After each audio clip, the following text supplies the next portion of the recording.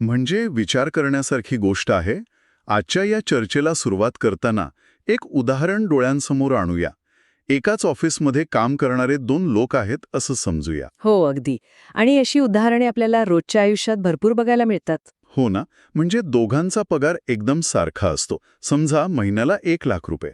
आणि त्यांचं राहणीमान, त्यांच्या कुटुंबाचा आकार सगळं काही जवळपास सारखंच असतं. पण तरीही बरोबर 10 वर्षानंतर जेव्हा आपण परिस्थिती पाहतो, तेव्हा ती पूर्णपणे वेगळी असते. नक्कीच.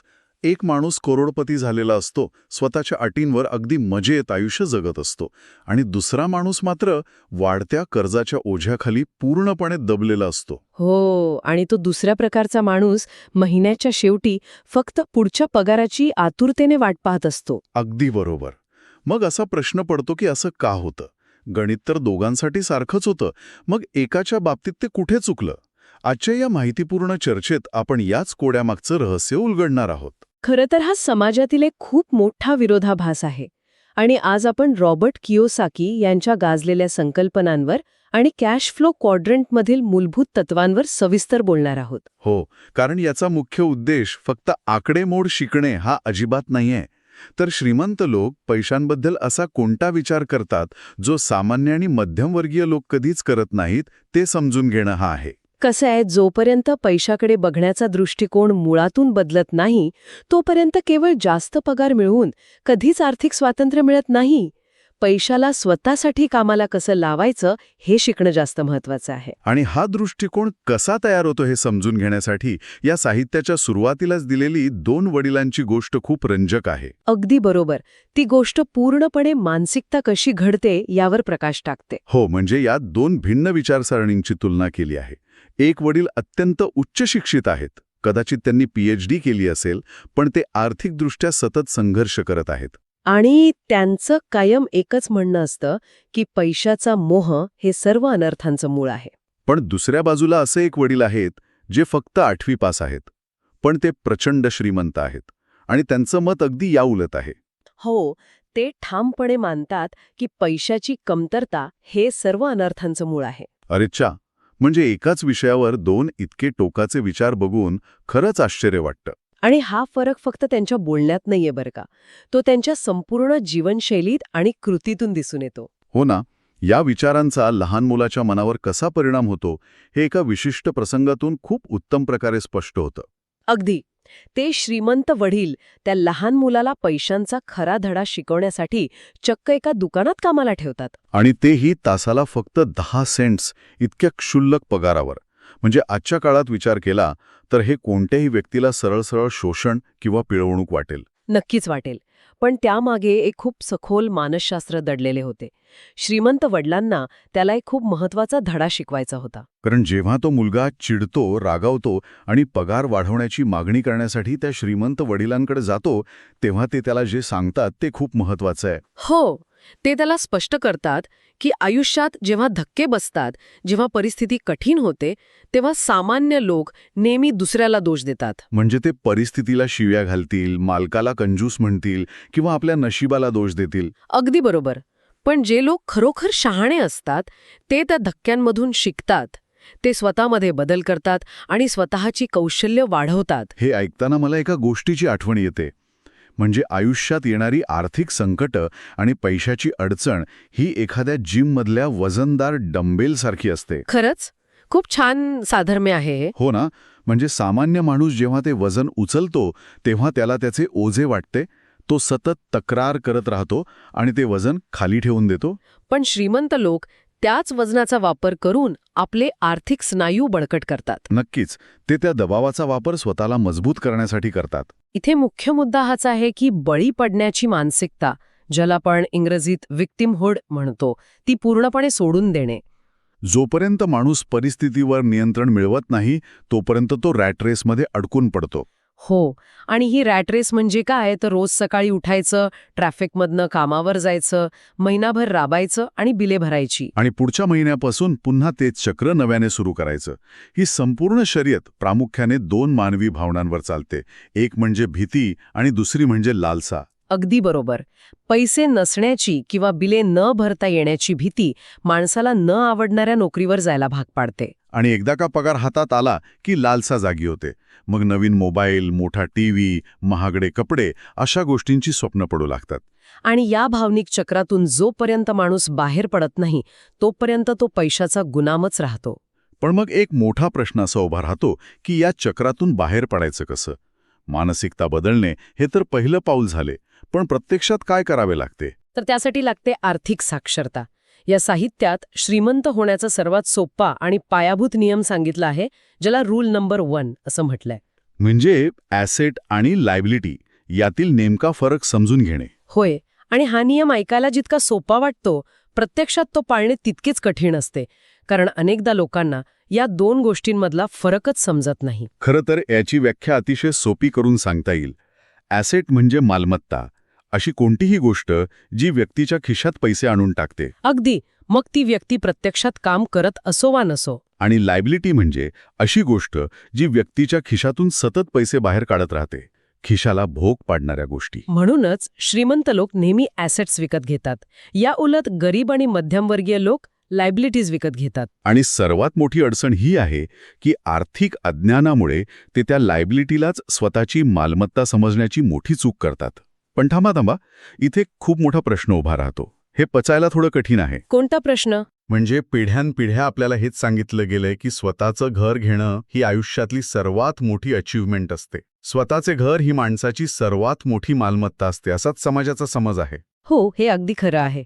आणि इथे असं म्हटलंय की ती मालमत्ता नाही. हे कसं शक्य आहे?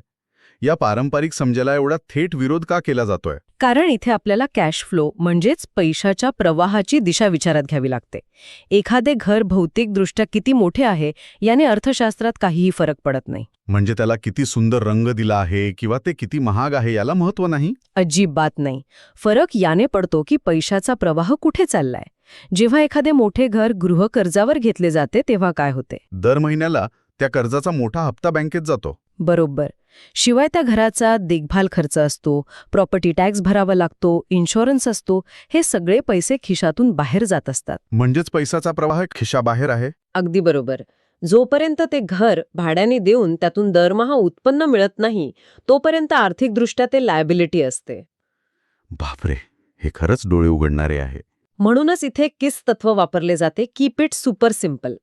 आर्थिक पत्रके समजून घेण्यासाठी किचकट आकड्यांपेक्षा चित्रांचा वापर केला जातो.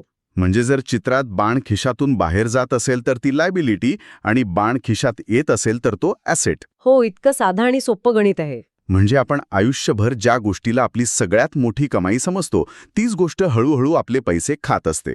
पण मग जर ॲसेट गोळा करणे एवढे महत्त्वाचे आहे तर लोक तिथे लक्ष का देत नाहीत? कारण ते इतरांसाठी काम करण्यात इतके मग्न असतात की त्यांना स्वतःच्या खऱ्या व्यवसायाकडे लक्ष द्यायला वेळच नसतो. म्हणजेच स्वतःच्या व्यवसायाकडे लक्ष न देणे. हो, एक सामान्य कर्मचारी दिवसाचे 8 ते 10 तास मालकाची संपत्ती वाढवण्यासाठी काम करतो. त्यानंतर त्याच्या पगाराचा एक मोठा हिस्सा टॅक्सच्या रूपाने सरकारकडे जातो. म्हणजेच तो सरकारसाठी काम करतो. आणि मग उरलेला पैसा तो कर्जाचे हप्ते आणि क्रेडिट कार्डची बिले भरण्यात घालवतो. म्हणजेच तो बँकेसाठी काम करतो. यात स्वतःसाठी काहीच उरत नाही. यावर मॅकडॉनल्ड्सचे संस्थापक रे क्रॉक यांचा एक किस्सा खूप प्रसिद्ध आहे. हो, तो टेक्सास विद्यापीठातला किस्सा ना? अगदी तोच. एकदा रे क्रॉक तिथे विद्यार्थ्यांशी गप्पा मारत होते तेव्हा त्यांनी हसत हसत विचारले की माझा व्यवसाय कोणता आहे हे कोणी सांगू शकेल का? आणि साहजिकच सर्वांना वाटले की हा काय प्रश्न आहे. सर्वजण हसले असतील. हो ना. ते म्हणाले की तुमचा व्यवसाय हॅम्बर्गर विकणे हा आहे.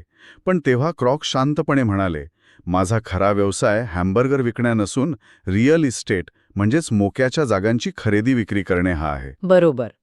कारण रे क्रॉक यांना हे पक्के माहीत होते की हॅम्बर्गर किंवा फ्रँचायझी हे फक्त ती मोक्याची जागा खरेदी करण्यासाठी लागणारा पैसा उभा करण्याचे एक साधन आहे. म्हणजेच त्यांचा खरा ॲसेट ती जमीन होती ज्यावर ते दुकान उभे होते. नक्कीच. त्यांचे लक्ष नेहमी त्यांच्या ॲसेट कॉलमवर होते. हे असे आहे की जणू एखादी व्यक्ती एकाच वेळी 2 बागा फुलवत आहे. 2 बागा? कसे काय? म्हणजे बघा, एक बाग त्याच्या मालकाची असते म्हणजेच त्याची नोकरी, जिथे तो दिवसभर घाम गाळून काम करतो, झाडांना पाणी घालतो. हां, अगदी बरोबर. आणि दुसरी एक छोटी गुप्त बाग असते जी म्हणजे त्याचा स्वतःचा ॲसेट कॉलम. सामान्य माणूस मालकाची बाग फुलवण्यात इतका हरून जातो की तो स्वतःच्या बागेकडे कधीच फिरकत नाही. खूपच समर्पक उदाहरण आहे हे. पण जेव्हा आर्थिक मंदीचे किंवा नोकरी जाण्याचं वादळ येतं तेव्हा मालक त्याच्या बागेचे दरवाजे बंद करतो. अशा वेळी जर स्वतःची गुप्त बाग फुलवली नसेल तर माणसाकडे उपाशी राहण्याची वेळ येते. म्हणूनच खरी गरज ती स्वतःची बाग हळूहळू वाढवण्याची असते. आणि हीच स्वतःची बाग सुरक्षित ठेवण्यासाठी श्रीमंत लोक कॉर्पोरेशन्सची किंवा कंपन्यांची कायदेशीर ताकद वापरतात. कॉर्पोरेशन्स म्हणजे टॅक्स वाचवण्यासाठी. हो, इथे रॉबिनहूडच्या कथेचा संदर्भ येतो. रॉबिनहूडची गोष्ट सर्वांना माहीत असते. श्रीमंतांना लुटायचे आणि तो पैसा गरिबांमध्ये वाटायचा. ही संकल्पना ऐकायला खूप रोमॅन्टिक वाटते. हो, आणि याच कल्पनेतून सुरुवातीला टॅक्स प्रणालीची निर्मिती झाली, जेणेकरून श्रीमंतांकडून जास्त पैसा घेऊन तो समाजाच्या भल्यासाठी वापरता येईल. पण प्रत्यक्षात तसे झाले का? तसं पाहिलं तर अजिबात नाही. उलट हा बाण उलटून मध्यमवर्गावरच लागला. नक्कीच, कारण श्रीमंत लोकांनी कायदेशीर पळवाटा शोधल्या, त्यांनी सीए आणि वकील नेमले आणि कॉर्पोरेशन्सचा आधार घेतला. ज्यामुळे टॅक्सचा संपूर्ण बोजा नोकरदार आणि मध्यमवर्गावर येऊन पडला. हे कसे काम करते हे समजून घेणं खूप रंजक आहे. समजा एका सामान्य नोकरदाराला एक लॅपटॉप विकत घ्यायचा आहे. तो 100 रुपये कमवतो. त्यावर आधी 30 रुपये टॅक्स भरतो आणि मग उरलेल्या 70 रुपयांतून त्याला तो लॅपटॉप घ्यावा लागतो. बरोबर, सामान्य माणूस आधी टॅक्स भरतो. पण एका कॉर्पोरेशनची किंवा व्यवसायाची रचना अगदी उलट असते. व्यवसाय 100 रुपये कमवतो, तो आधी स्वतःचे सर्व खर्च करतो. म्हणजे तो लॅपटॉप बिझनेस एक्सपेन्स म्हणून 70 रुपयांना विकत घेतो. अगदी बरोबर. आणि मग उरलेल्या फक्त 30 रुपयांवर टॅक्स भरतो. बापरे, म्हणजे सामान्य माणूस आधी टॅक्स भरतो आणि मग खर्च करतो, तर श्रीमंत माणूस आधी खर्च करतो आणि उरलेल्या पैशांवर टॅक्स भरतो. हीच ती कायद्याची ताकद आहे. हा फरक खरोखरच खूप मोठा आहे. पण स्वतःची संपत्ती आणि कॉर्पोरेशन्स उभारण्यासाठी खूप वेगळ्या प्रकारच्या कौशल्यांची आवश्यकता असते. नक्कीच. म्हणूनच नोकरीतील सुरक्षितेच्या मागे धावण्यापेक्षा नवीन गोष्टी शिकण्यावर भर देणं किती महत्त्वाचं आहे हे यातून समजतं. पण या मार्गात काही खूप मोठे मानसिक अडथळे आहेत. हो, विशेषतः 2 अडथळे: संशय आणि अहंकार. अहंकारामुळे माणसाचे सर्वात जास्त आर्थिक नुकसान कसे होते? कारण अहंकारी व्यक्तीला नेहमी असे वाटते की जे त्याला माहीत नाही ते महत्वाचेच नाही. पण आर्थिक जगात हे अज्ञान खूप महागात पडते. आणि दुसरा मोठा अडथळा म्हणजे संशय किंवा नकारात्मक विचार. हो, जेव्हा एखाद्या महागड्या गोष्टीकडे बघून व्यक्ती म्हणते की मला हे परवडणार नाही, तेव्हा तिथेच सर्व विचार संपतात. म्हणजे मेंदू काम करणं पूर्णपणे थांबवतो. हाच विचार मला हे कसे परवडू शकेल अशा प्रश्नाच्या रूपात विचारला जातो, तेव्हा एक जादू होते. हो ना, मेंदूला अचानक चालना मिळते. उत्तरे शोधण्यासाठी तो सक्रिय होतो आणि नवीन मार्ग सुचू लागतात. अगदी तसंच. आणि याच शिकण्याच्या प्रक्रियेत जॉर्ज क्लेसन यांच्या तत्वाचा उल्लेख वारंवार येतो. स्वतःला सर्वात आधी पैसे देणे, म्हणजेच पे युअरसेल्फ फर्स्ट. आता इथे मला थोडं थांबवायचंय. स्वतःला आधी पैसे देणे म्हणजे स्वतःचे बिल्स, क्रेडिट कार्डचे हफ्ते किंवा इतर देणी बाजूला ठेवून आधी पैसे स्वतःच्या गुंतवणुकीसाठी काढणे. हो, अगदी तेच. पण हे ऐकायला खूप बेजबाबदार आणि अत्यंत धोक्याचे वाटत नाही का? असा विचार साहजिकच मनात येऊ शकतो की जर बिले भरली नाहीत तर लोक दारात येतील, बदनामी होईल आणि आर्थिक संकटात सापडण्याची शक्यता जास्त आहे. वरवर पाहता हे खरोखरच बेजबाबदार आणि वेडेपणाचे वाटू शकते. पण त्यामागील मानसशास्त्र खूप वेगळे आणि खोल आहे. कसं काय? हाच तो मानसिक दबाव आहे जो श्रीमंत लोक जाणीवपूर्वक स्वतःच्या फायद्यासाठी वापरतात. जेव्हा व्यक्ती स्वतःला आधी पैसे देते आणि ते पैसे थेट ॲसेट खरेदी करण्यासाठी गुंतवते, तेव्हा एक मोठा प्रश्न उभा राहतो की आता शिल्लक राहिलेल्या रकमेतून महिन्याची बिले कशी भरायची? बरोबर. आणि यातून एक प्रचंड मानसिक दबाव निर्माण होतो. पण श्रीमंत लोक ह्या दबावाला घाबरत नाहीत. ते याचा वापर फायनान्शियल वेटलिफ्टिंग म्हणून करतात. म्हणजे हा दबाव त्यांना गप्प बसू देत नाही. अगदी. जेव्हा बिले भरण्यासाठी पैसे नसतात, तेव्हा तो दबाव त्यांना नवीन उत्पन्नाचे मार्ग शोधण्यासाठी अधिक सर्जनशील बनण्यास भाग पाडतो. म्हणजे ते एक्स्ट्रा काम शोधतात किंवा नवीन व्यवसाय सुरू करण्याचा विचार करतात. हो, आणि यामुळे त्यांची आर्थिक बुद्धिमत्ता वाढते. जर महिन्याच्या सुरुवातीला सगळी बिले भरून टाकली तर कोणताच दबाव उरत नाही. आणि मग व्यक्ती पूर्णपणे रिलॅक्स होते आणि नवीन मार्ग शोधण्याची कोणतीही तसदी घेत नाही. म्हणूनच स्वतःला जाणीवपूर्वक अशा परिस्थितीत टाकणे, जिथे बुद्धीचा जास्तीत जास्त वापर करणे भाग पडेल, हे खूप महत्वाचे आहे. हे खूपच धाडसी पाऊल आहे. पण या सर्व मानसिक आणि व्यावहारिक बदलांचा, या सगळ्या धडपडीचा अंतिम उद्देश काय आहे? यामागील मुख्य ध्येय आहे अर्थव्यवस्थेच्या योग्य क्वाड्रंटमध्ये प्रवेश करणे. हो, कॅश फ्लो क्वाड्रंटमध्ये 4 मुख्य भाग सांगितले आहेत. ई म्हणजे नोकरदार, एस म्हणजे स्वयंरोजगार, बी म्हणजे व्यावसायिक आणि आय म्हणजे गुंतवणूकदार. आणि या चारही क्वाड्रंट्सची मानसिकता पूर्णपणे वेगळी असते. ई म्हणजेच नोकरदार नेहमी सुरक्षिततेच्या शोधात असतो. आणि एस म्हणजे स्वयंरोजगार करणारी व्यक्ती, जसे की एखादा डॉक्टर किंवा वकील. हो, त्यांचा असा विचार असतो की जर एखादे काम उत्तम करायचे असेल तर ते स्वतःच केले पाहिजे. ते सहसा कोणावरही विश्वास ठेवत नाहीत. पण उजव्या बाजूला असलेले बी म्हणजे व्यावसायिक अगदी वेगळा विचार करतात. ते म्हणतात, जे काम माझ्यापेक्षा अधिक हुशार लोक करू शकतात ते मी स्वतः का करू. ते स्वतः काम करण्याऐवजी एक सिस्टीम उभी करतात. आणि आय म्हणजेच गुंतवणूकदार स्वतः कामच करत नाहीत, ते पैशाला कामाला लावतात. या 4 क्वाड्रंटचा संबंध थेट उत्पन्नाच्या 3 प्रकारांशी आहे, बरोबर? होय, पहिला प्रकार म्हणजे कष्टाचे उत्पन्न किंवा अर्न्ड इन्कम, जे डाव्या बाजूला ई आणि एस मध्ये मिळते, जिथे वेळेच्या बदल्यात पैसा मिळतो. दुसरा प्रकार पोर्टफोलिओ उत्पन्न, जे शेअर्स किंवा बॉन्ड्समधून मिळतं, आणि तिसरा प्रकार निष्क्रिय उत्पन्न किंवा पॅसिव्ह इन्कम, जे रिअल एस्टेट किंवा व्यवसायातून स्वतःहून येत राहते. म्हणजे खरे आर्थिक स्वातंत्र्य हे डाव्या बाजूकडून उजव्या बाजूकडे जाण्यात आहे. अगदी बरोबर. कष्टाच्या उत्पन्नाचे रूपांतर शक्य तितक्या लवकर निष्क्रिय उत्पन्नात करणे हेच खऱ्या संपत्तीचे रहस्य आहे. एक अतिशय आश्चर्याची आणि तितकीच खेदाची गोष्ट इथे लक्षात येते, ती म्हणजे आपली संपूर्ण शाळा आणि शिक्षण व्यवस्था विद्यार्थ्यांना फक्त डाव्या बाजूला म्हणजेच ई किंवा एस बनण्यासाठीच तयार करतात. हो, चांगले मार्क मिळवा आणि सुरक्षित नोकरी शोधा, हेच शिकवले जाते. उजव्या बाजूचे म्हणजेच खऱ्या अर्थाने बिझनेस ओनर आणि इन्व्हेस्टर बनण्याचं शिक्षण शाळेत चुकूनही दिले जात नाही. हे अगदी दुर्दैवी सत्य आहे. आणि म्हणूनच वैयक्तिक पातळीवर आर्थिक साक्षरतेचे महत्त्व कैकपितीने वाढते. कारण अर्थव्यवस्थेचा नियमच असा आहे की डाव्या बाजूला मिळणाऱ्या कष्टाच्या उत्पन्नावर सरकारकडून सर्वात जास्त टॅक्स लावला जातो. या उलट उजव्या बाजूच्या निष्क्रिय उत्पन्नावर कायद्याने सर्वात कमी टॅक्स लागतो. समाजात बरेच लोक असे मानतात की गुंतवणूक करणे धोक्याचे आहे. त्यात पैसे बुडू शकतात अशी भीती असते. पण सत्य हे आहे की गुंतवणूक करणे हा धोका नाहीये, तर पैशांबद्दल आर्थिक अज्ञान असणे हा सर्वात मोठा धोका आहे. खरंच आजच्या या चर्चेतून खूप महत्त्वाचे पैलू आणि संकल्पना उलगडल्या आहेत. आपण पाहिले की रॅट रेसमधून बाहेर पडण्यासाठी मानसिकता कशी बदलायची, आणि ॲसेट आणि लायबिलिटी यातील तो साधा पण अत्यंत महत्त्वाचा फरक असा ओळखायचा. इतरांसाठी आयुष्यभर राबण्यापेक्षा स्वतःच्या ॲसेट कॉलमकडे लक्ष देणे का गरजेचे आहे. आणि सर्वात महत्त्वाचे म्हणजे उत्पन्नाचे प्रकार बदलून आर्थिक स्वातंत्र्य कसे मिळवायचे. जेव्हा एखादा माणूस हातात येणाऱ्या पैशाकडे बघतो तेव्हा तो फक्त खर्च करण्यासाठी असलेला साधन नाही, तर तो आपला एक कर्मचारी आहे, जो योग्य जागी गुंतवला तर तो आपल्यासाठी आणखी संपत्ती कमवून देऊ शकतो. हा दृष्टिकोन खऱ्या अर्थाने खूप काही बदलून टाकतो. नक्कीच. प्रत्येक व्यक्तीला स्वतःचे आर्थिक भविष्य ठरवण्याचा पूर्ण अधिकार आहे.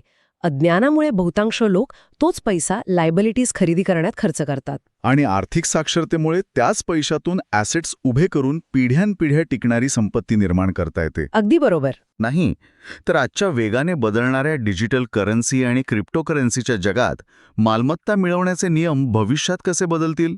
हा खरोखरच खूप मोठा प्रश्न आहे. हो ना. जेव्हा पैशाचं स्वरूपच पूर्णपणे अदृश्य आणि डिजिटल होत आहे, तेव्हा या बदलत्या जगात आर्थिक साक्षरतेची नवीन व्याख्या काय असेल? हा खरोखरच प्रत्येकाने स्वतःला विचारण्यासारखा आणि शोध घेण्यासारखा प्रश्न आहे. नक्कीच. जर तुम्हाला हा व्हिडिओ आवडला असेल तर लाईक करा, शेअर करा आणि अशाच आणखी पुस्तके आणि कल्पनांसाठी किताब सारला सबस्क्राईब करा. धन्यवाद.